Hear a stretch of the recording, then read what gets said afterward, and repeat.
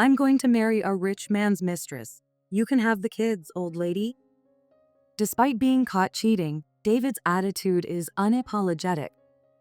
Even though our daughter has passed away and Chris is here, I can't forgive him for such disrespectful behavior. Is it okay? Gladly.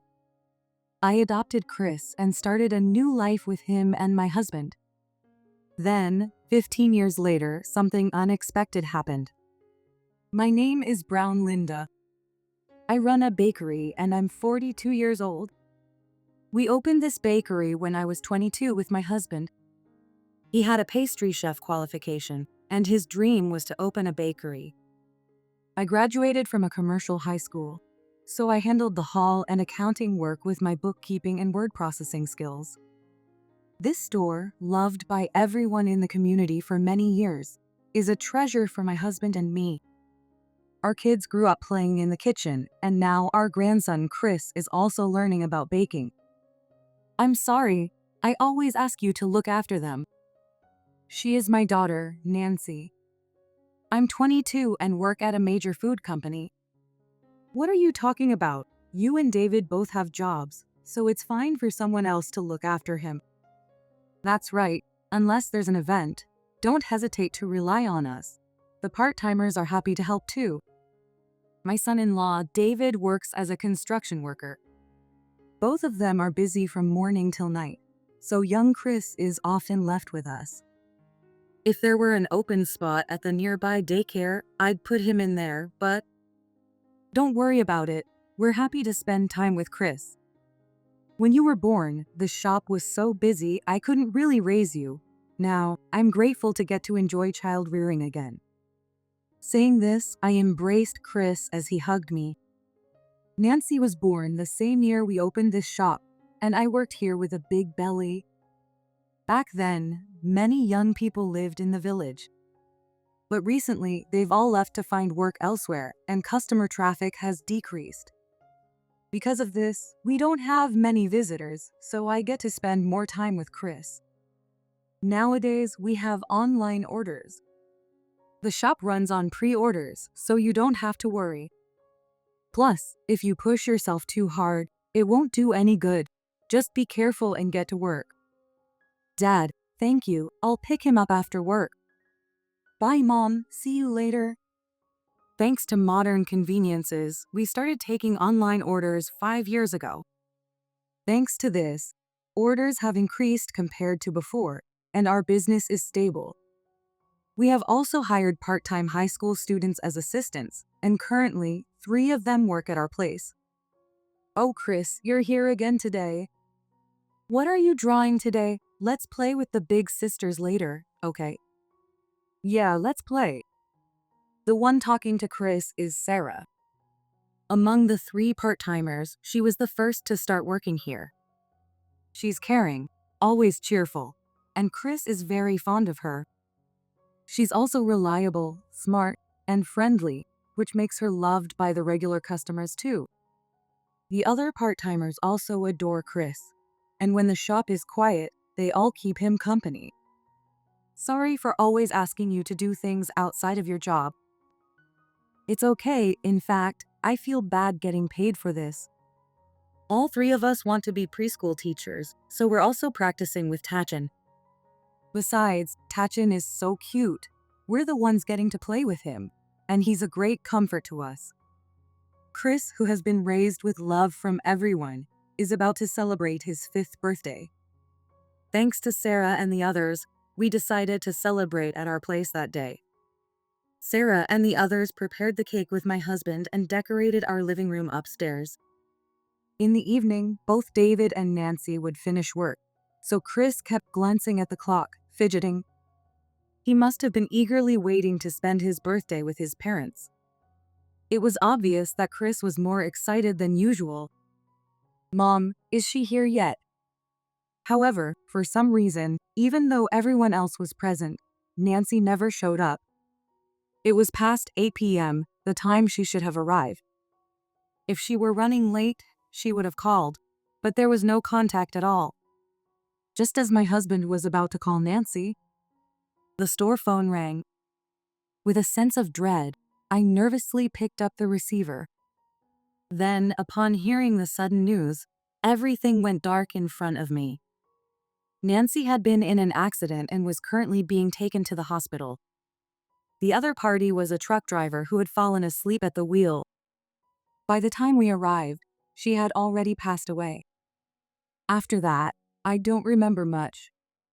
When I came to my senses, I was in mourning clothes, and Nancy was about to be cremated. Chris's words, as he reached out to his mother's coffin while crying, brought me back to reality. "Wait, where are you taking Mom? Give her back." "Chris, stop it." "No, don't take Mom away. Give her back." Chris, not understanding the situation, desperately reached out and screamed. The sight was unbearable, and our relatives were in tears. In this sudden tragedy, Chris likely couldn't comprehend what had happened. Thinking about him, my heart ached. Everyone present was mourning the loss of Nancy and grieving for Chris. David, perhaps in shock, said nothing as Nancy was taken away. I collapsed from despair, crying until my voice was hoarse. From then on, time just passed without even a moment to grieve. While I was working, I could forget the sense of loss from losing Nancy. But I couldn't keep avoiding reality forever.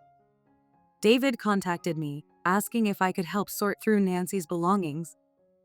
"My job is at a critical point. I've checked most things, so if you and Mom could look through the rest." Understood. Since then, David had been busy with work and childcare.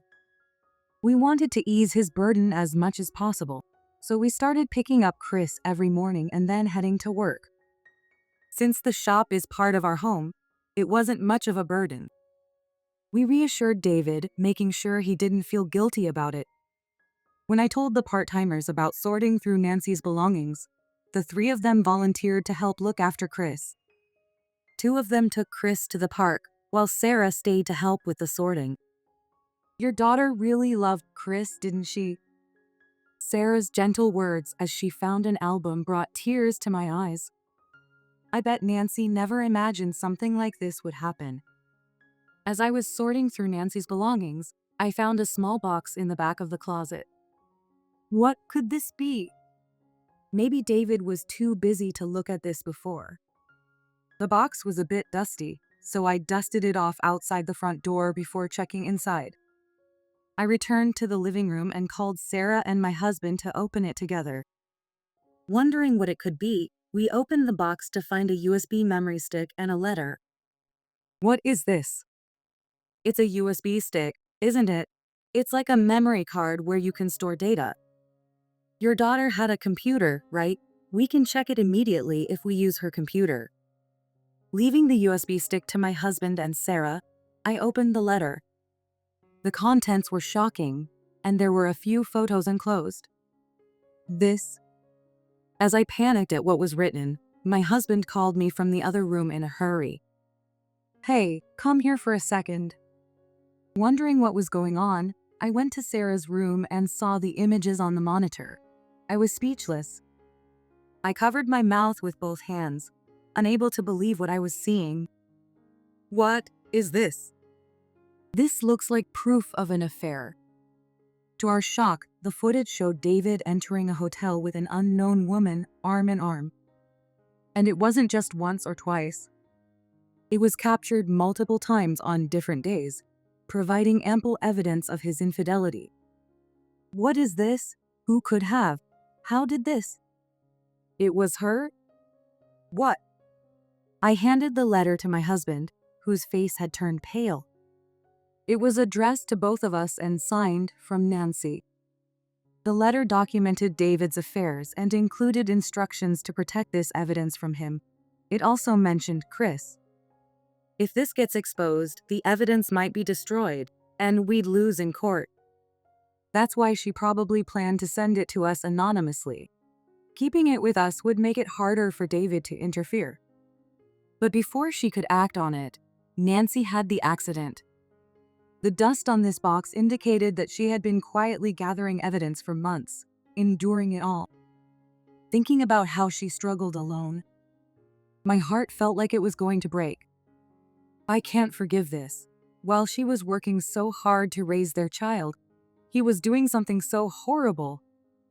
Ma'am, would you like to show this to my parents? They run a law firm. If I talk to my father, I'm sure he can help. Really, could you introduce us to your parents? So, my husband and I visited Sarah's house. Later, we arranged a meeting with David to talk. Why do you suddenly want to come over? I was planning to drop Chris off later, so we could have met then. David, unaware, greeted us. We had asked the part-timers to take Chris outside, so it was just the three of us in the house. Without hesitation, I confronted David with the evidence of his infidelity. Can you explain this to me? David's calm demeanor changed when he saw the photos. What is this?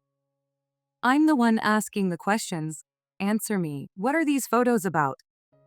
Usually cheerful, David now responded in a cold tone, his expression blank. But I wasn't about to be intimidated by his attitude. Nancy's letter had multiple tear stains. Just imagining what she must have felt while writing it made my blood boil. What you see is what you get. You probably have other evidence too, right? Instead of making excuses, he shamelessly leaned back, as if to say, let's get this over with. What kind of attitude is that? Do you understand what you've done? I do, it's an affair, right? So what? I didn't commit a crime. I don't see why you're making such a big deal out of it. I was speechless at his incomprehensible remarks. How could he say something like that so calmly? Was my perception wrong? His words made me shake my head in disbelief. Are you still involved with this woman? Yes. Unable to speak, my husband quietly asked another question for me. Does Chris know about her? Unlike me, my husband spoke calmly. David's temple twitched at my husband's question. Didn't it hurt to look at Chris's face? To him, his mom and dad are the most important people in the world. So what? We had Chris because she got pregnant, not because I wanted him. I was left speechless by his shocking statement. The way he talked, as if he was not responsible, was deeply upsetting. Actually, I'm glad she's gone, so stop with the guilt trips. If you want to demand alimony, go ahead. We already agreed that if the affair was exposed, we'd pay to keep things quiet. I looked at David with contempt as he spoke these unbelievable words so nonchalantly. They had planned for the affair to be exposed from the start. Since the mistress was wealthy, they thought money would solve everything. I can't believe it. Is this how a person behaves? I'm just going to say this since I plan to cut ties with you all. I've always found you guys annoying. He dropped the formal tone and looked at us coldly. I was a bit frightened by his sudden harshness. Playing family, that cozy atmosphere was super annoying, so I'm relieved she's gone. He came to us as a son-in-law 5 years ago. Seeing him, at just 20 years old, become a father and smile happily with Nancy and Chris brought us joy many times. But it was all an act. Now, we realized that the David before us was his true self. So, I've decided to live the rest of my life as I please.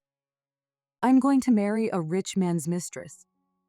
You can have the kid, old lady. I don't need him. If he's a bother, put him in an institution. At this point, nothing he said surprised me anymore. The person in front of me was a devil in human skin. There was no way I could entrust my precious grandson to him. I decided to take him up on his offer to let go of Chris. Is that so, gladly? So, I decided to separate Chris from David and raise him with my husband. We succeeded in getting a special adoption and took Chris in. As David declared, we demanded alimony for Chris's sake. Once the alimony was paid, we started a new life with Chris. At first, Chris cried every day, mourning the absence of his parents. However, thanks to Sarah, the part-timers, and even our neighbors who came to check on him, Chris quickly regained his spirits. It's been 15 years since then. The kids who used to work part-time for us are now adults and work as preschool teachers at a nearby kindergarten. Their favorite thing is to stop by our place after work, have tea in the office, and chat with everyone. This has become a normal part of our daily life, and they have become like family to us. Good evening, sorry I'm late. You're not late at all. Didn't you finish work earlier than usual? Well, it's Tachan's celebration today. I finished up quickly and rushed over. When Chris entered middle school, the childcare facility where Sarah works was completed. Our village, which has begun to emphasize child-rearing policies, has seen an increase in population and children compared to the past. As a result, more young people visit our shop, making it quite popular now. Is Chris here yet? He should be here any minute. Since there were no customers, I chatted with Sarah for a bit. Just then, my husband came in from the back, bringing my phone. Hey, your phone's been ringing nonstop. Wondering who it could be, I checked the screen and saw David's name. There were dozens of missed calls, interspersed with calls from unknown numbers. Why now? Just then, another call came in. Annoyed by the persistence, I answered, only to be greeted by a voice loud enough to burst my eardrums. You finally picked up. What were you doing? I've been calling you non-stop. The loudness made me pull the phone away from my ear.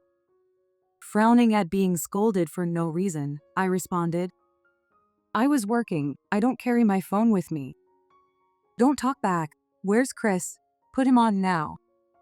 David's panicked voice demanded to speak with Chris. Next to him, I could hear a woman asking, How's it going? Is it working? It was likely the mistress he remarried. David called her Maria. The voice in the video from back then was that of Maria. It was exactly the same voice I was hearing now.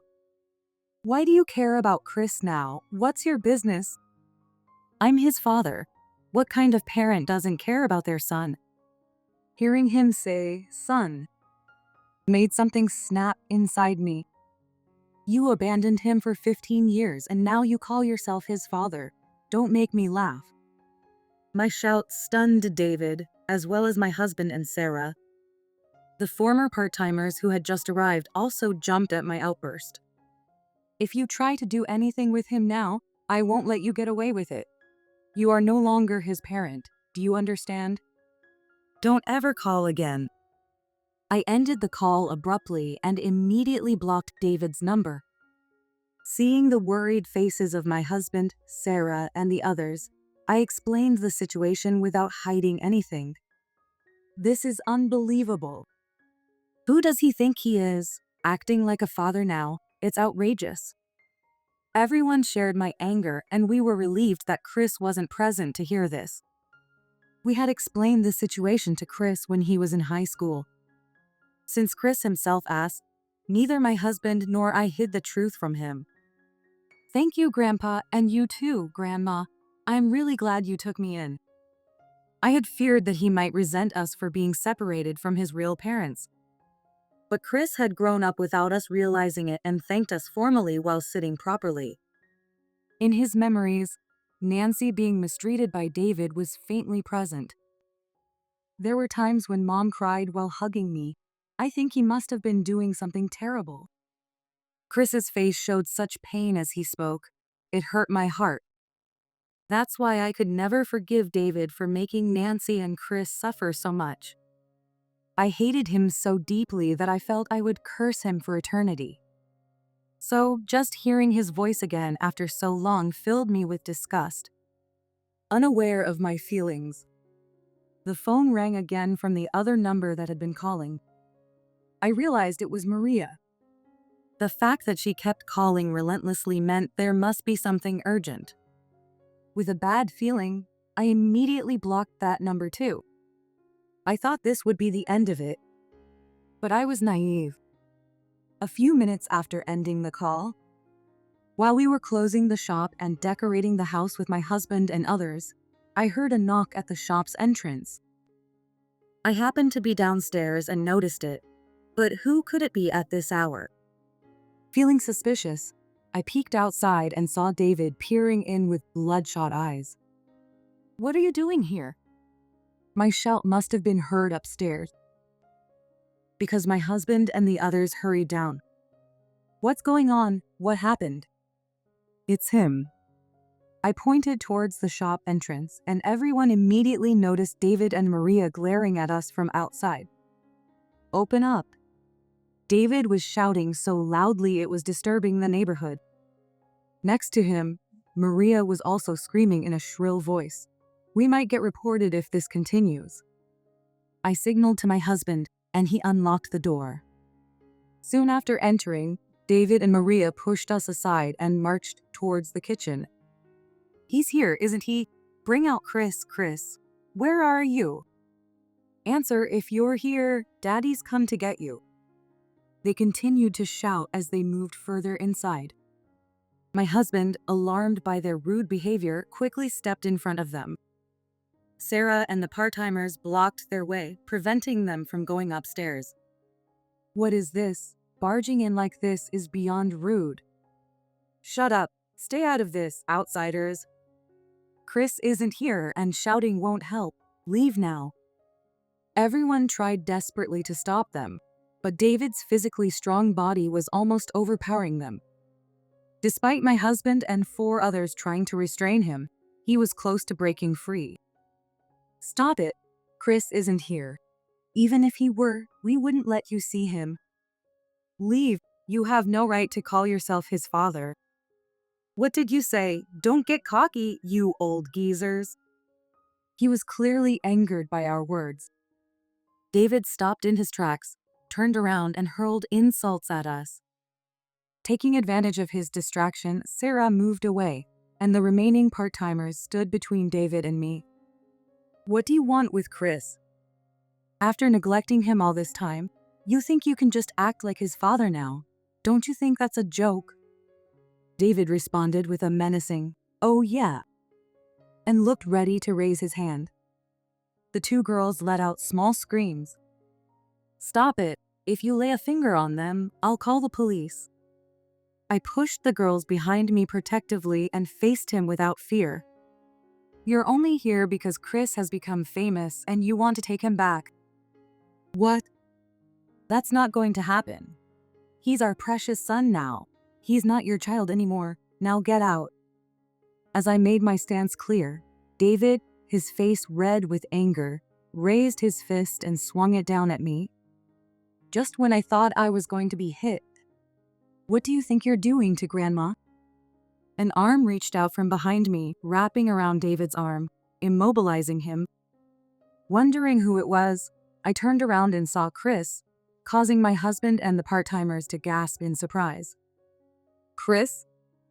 "Sarah called me, so I had the taxi driver speed up. I'm glad I made it in time." Chris smiled at me gently. He had grown so much, standing well over 6 feet tall. He had been working out and had developed a strong, muscular build. "You've grown up quite a bit. You look even more manly than on TV." "That doesn't matter. Why are you here? You and I are no longer related by blood or anything else." David, slightly intimidated by Chris's imposing presence, lowered his raised fist and took a step back with a nervous smile. Chris made it clear he wasn't interested in small talk and wanted to get straight to the point.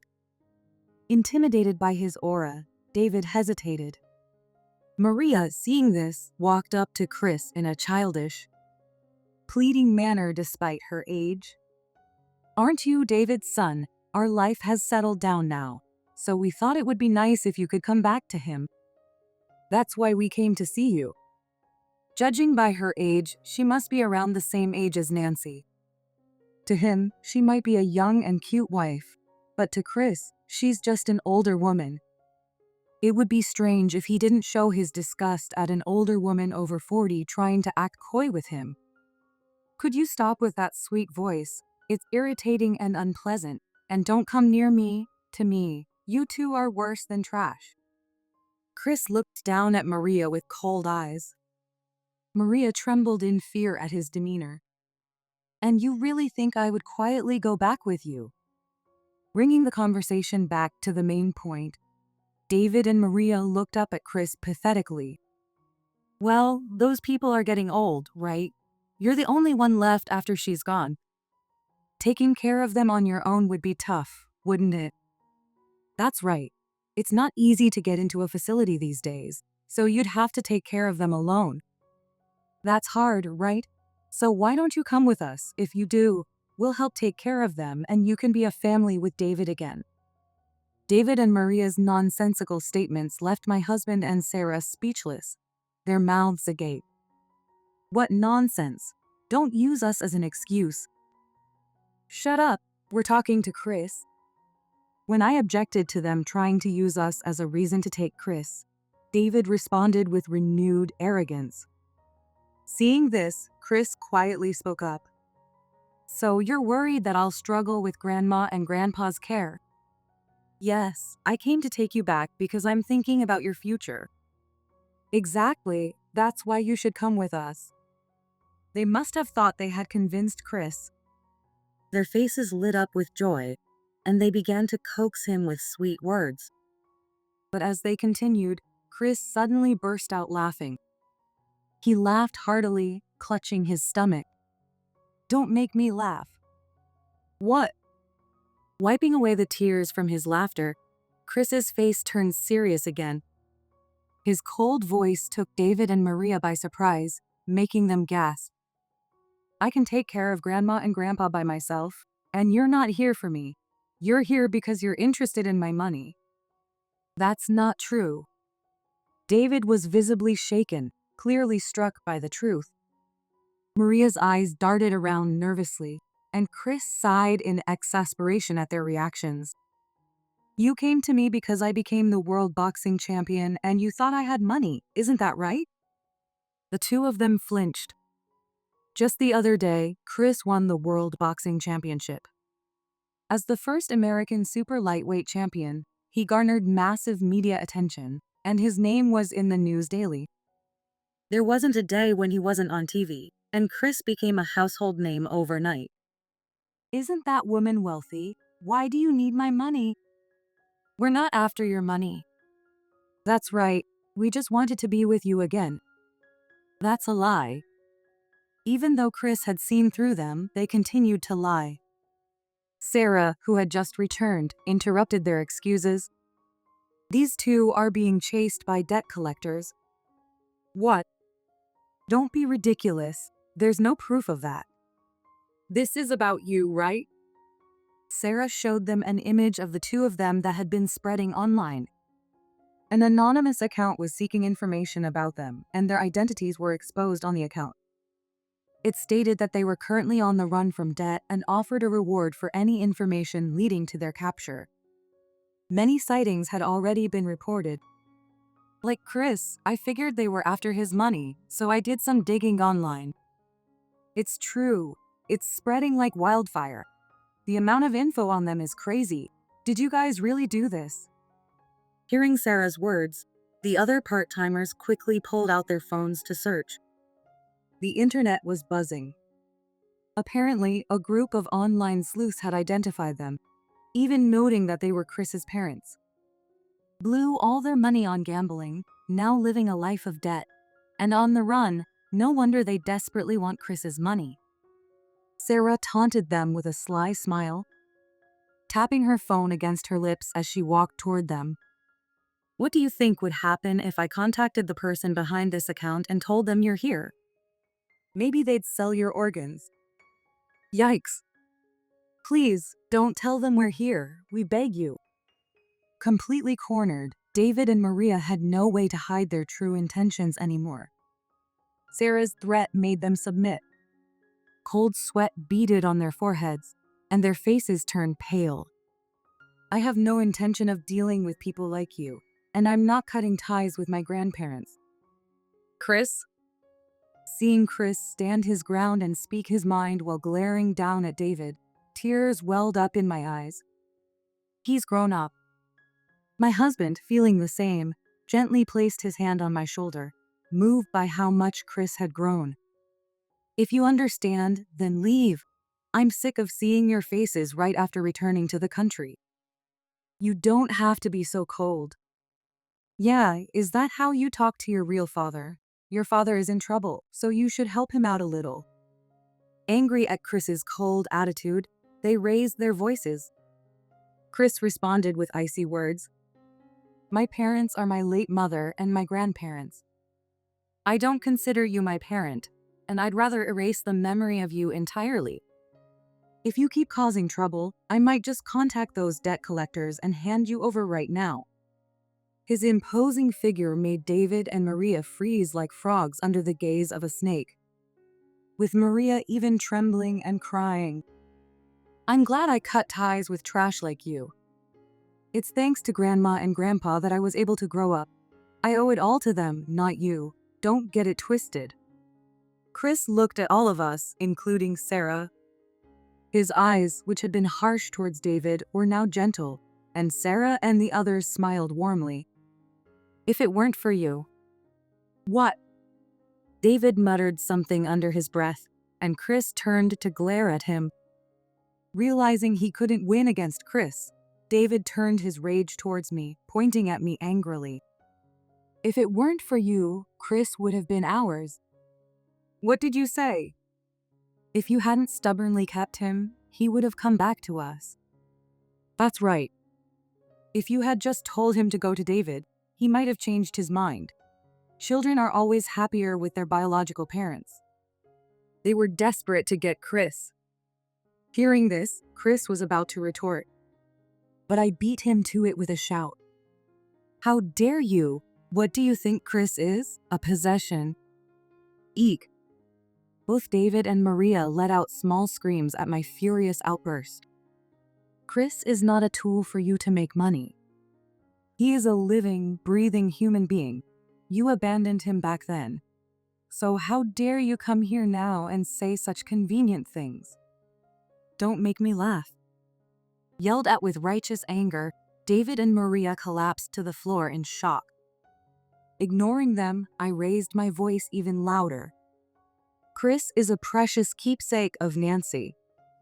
There's no way we'd ever give our beloved grandson to scum like you.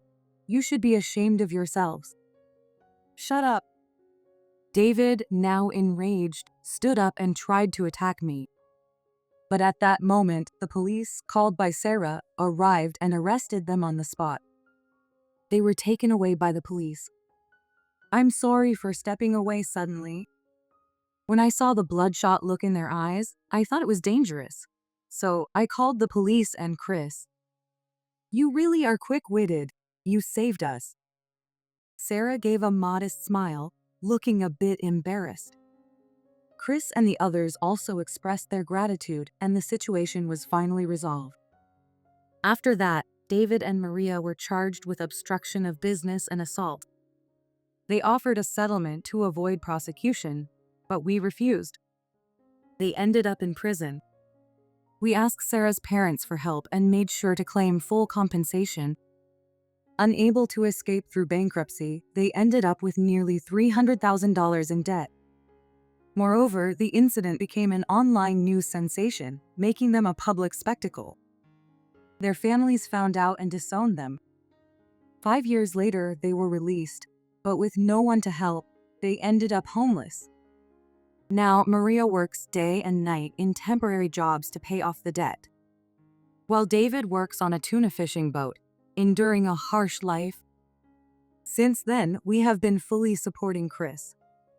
Our cake shop gained a lot of attention because of him, bringing in many new customers. The shop is thriving, and we've even opened more locations, helping to revitalize the village. Isn't that Chris's house? And that must be the riverside from the anime. Let's go check it out. Someone turned Chris's story into an anime and manga, making our shop and the entire village a famous pilgrimage spot. Products sold at the shop and as souvenirs all bear Chris's name, and now everyone is rooting for him. 3 years later, Sarah and the others visited our shop with some news. To our surprise, they announced that all 3 of them are getting married next year. Really, you guys are so close. We're surprised ourselves. All three of us plan to have our wedding cakes made at your shop, so we're counting on you. You got it. Seeing the happy faces of Sarah and the others, my husband and I smiled, already looking forward to seeing them as brides. Chris, our irreplaceable son, and Sarah and the others, who are like our own children, will always be under our watchful and loving eyes.